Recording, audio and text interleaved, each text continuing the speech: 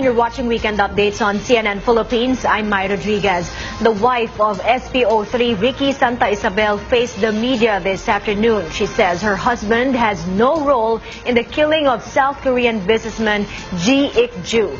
Our correspondent Rex Remitio is in Cubao, Quezon City to give us more details. Rex, what's the basis of the wife for saying her husband is innocent?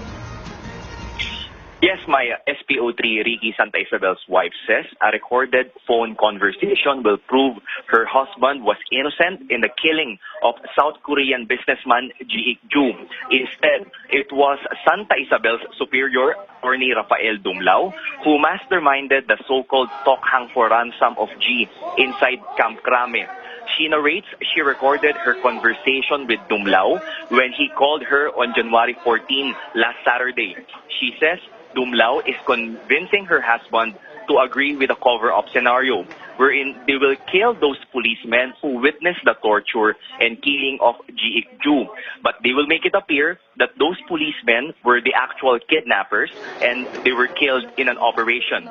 However, Jee Santa Isabel says her husband did not agree with Dumlao's plan since his conscience is clear. Instead, Santa Isabel's role was only when he brought the remains of the Korean to a crematorium in Caloocan City.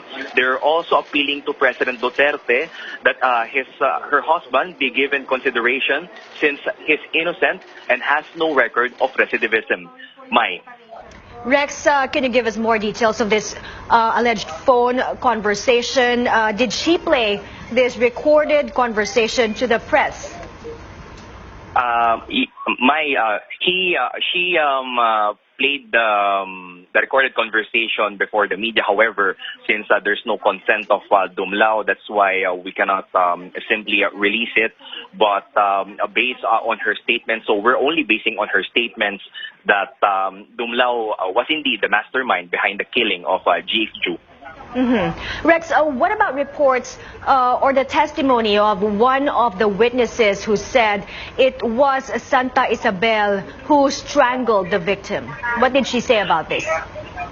Mrs. Santa Isabel categorically said it is wrong because the role only of Mr. Santa Isabel was to brought the remains of Jee Ick-joo to a crematorium in Caloocan City. She adds that they're just using Mr. Santa Isabel as a fall guy since it was Dumlao who really orchestrated the killing of Jee Ick-joo.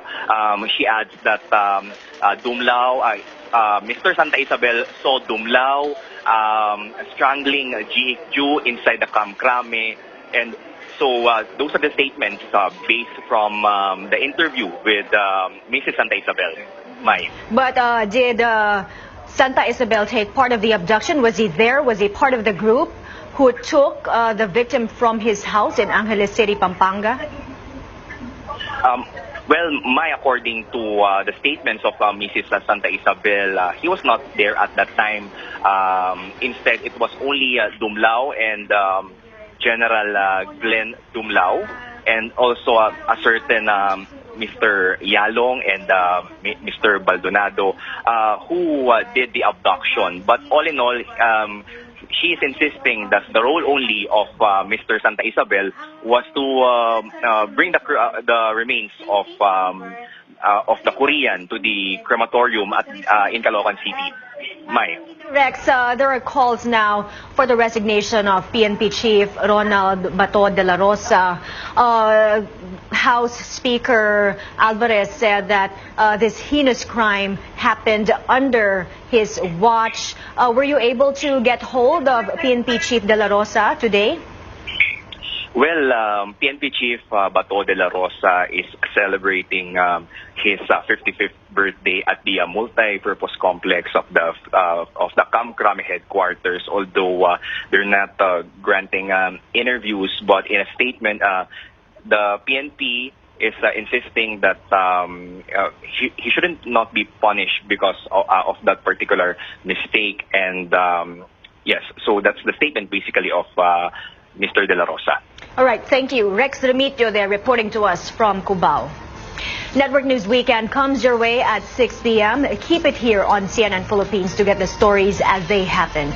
I'm Mai Rodriguez. Good afternoon.